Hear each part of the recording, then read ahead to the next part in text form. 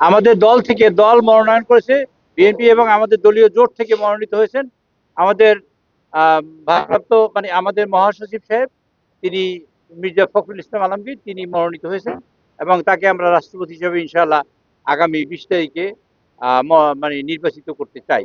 এবং নির্বাচন হবে আমাদের সংসদ ভবনে এবং আমাদের মাননীয় প্রধান নির্বাচন কমিশনার সেখানে নির্বাচন দায়িত্ব পালন করবেন। তিনি রিটার্নিং অফিসার হিসেবে দায়িত্ব পালন করবেন এবং সেখানে আমাদের মাননীয় সদস্যবৃন্দ আমরা সবাই ভোট দেবো।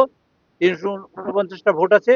৩৪৯টা ভোটের মধ্যে আপনারা জানেন, ইতিমধ্যে আপনারা জানতে পেরেছেন, আমাদের ১১ দলীয় জোট থেকে আরেকজন সদস্য হয়েছেন কর্নেল অলি আহমদ সাহেব।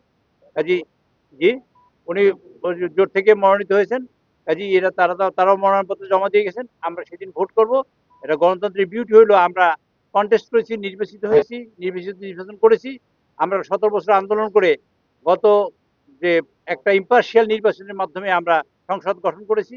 সংসদে আজকে দেশের কার্যক্রম চলছে এবং দেশের মানুষের প্রত্যাশা পূরণের জন্য আমাদের মাননীয় প্রধানমন্ত্রী জনাব তারেক রহমান সাহেব পরিশ্রম করছেন এবং মাননীয় সকল মন্ত্রীবৃন্দ এবং সকল সংশ্লিষ্টবৃন্দ তার স্ব এলাকায় কাজ করে চেষ্টা করছেন যাতে আমরা ১৭ বছরের জঞ্জাল আমরা গত ৫ মাসে যতখানি সম্ভব তাতে পরিষ্কার করার চেষ্টা করছি, ভবিষ্যতে আরও করার চেষ্টা করবো ইনশাআল্লাহ।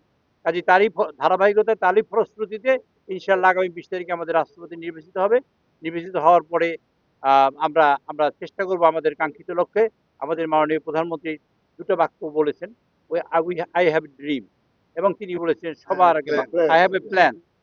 উনি প্ল্যান বাস্তবায়ন করবেন এবং সবার আগে বাংলাদেশের স্থান এবং গুরুত্ব সবার আগে দিয়ে আমরা বাংলাদেশকে প্রতিষ্ঠিত করতে চাই।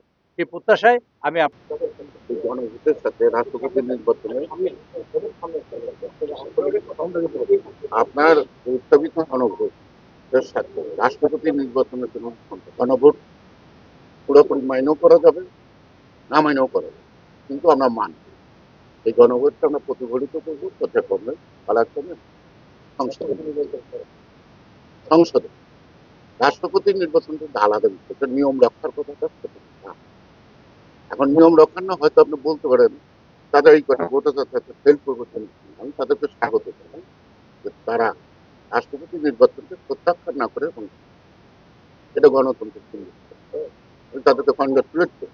নিয়ম রক্ষার নির্বাচন না, এটা সংবিধান এবং আরপিও আচ্ছা, প্রথম ঘটনাটা আগে প্রথমটা শুনে। আমাদের মাননীয় প্রধানমন্ত্রী তিনি ঘোষণা করেছেন যে জুলাই সনদের অক্ষর, দাড়ি, কমা, বিন্দু, সেমিকলন আমরা সবাই বাস্তবায়ন করবো। যারা দক্ষিণ প্লাজায় স্বাক্ষরিত হয়েছে সেটা আমরা বাস্তবায়ন করব। বাস্তবায়নের প্রশ্নে একটা সংস্কারের শব্দ আর একটা আমরা সংশোধনের শব্দ। ১৯৫০ সালে ভারতের সংবিধান অ্যাডপ্ট করা হয়েছে, তারা নিয়েছে। আর এখন ২০২৬ সালে তারা ১০৬ বার সংবিধান সংশোধন করে তারা সংবিধান নতুন করে লিখে নেয়। কাজে আমরা সংবিধান নতুন করে লিখবো না। আমরা যা একটা কমাও যদি পরিবর্তন করি সেটাই হবে সংবিধানের সংস্কার। একটা কমা পরিবর্তন করে যদি সংস্কারই হবে, প্রত্যেকটা শব্দই সংস্কার আমরা যদি পরিবর্তন করি। আর কাজটাই হবে সংশোধনের কাজ এবং সেই সংশোধনের জন্য আমরা আহ্বান করেছি তাদের যে সংশোধনের জন্য আমরা সবাই বসবো। এটা আমার জন্ম, ভবিষ্যতের প্রজন্মের জন্য একটা সংবিধান একদিনের জন্য পরিবর্তন হয় না, অনেক দিনের জন্য পরিবর্তন হবে। কাজে আমরা সেই সিদ্ধান্ত নিয়েই আমরা তাদের সবাইকে দাওয়াত করেছি এবং সকলের মতামত নিয়েই আমরা সংবিধান সংশোধন করতে চাই এবং জুলাই সদন বাস্তবায়ন করতে চাই। আর দ্বিতীয়ত হলো এই যে আমাদের মাননীয় প্রধানমন্ত্রী তিনি নির্বাচিত হয়েছেন দল থেকে এবং এই দল তাকে মনোনীত করেছে।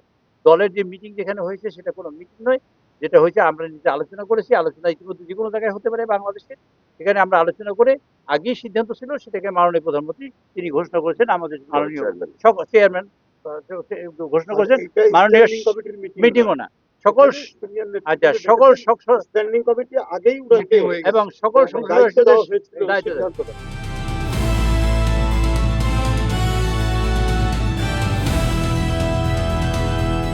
দিনাজপুর টিভি, মানুষের জীবনের কথা বলে।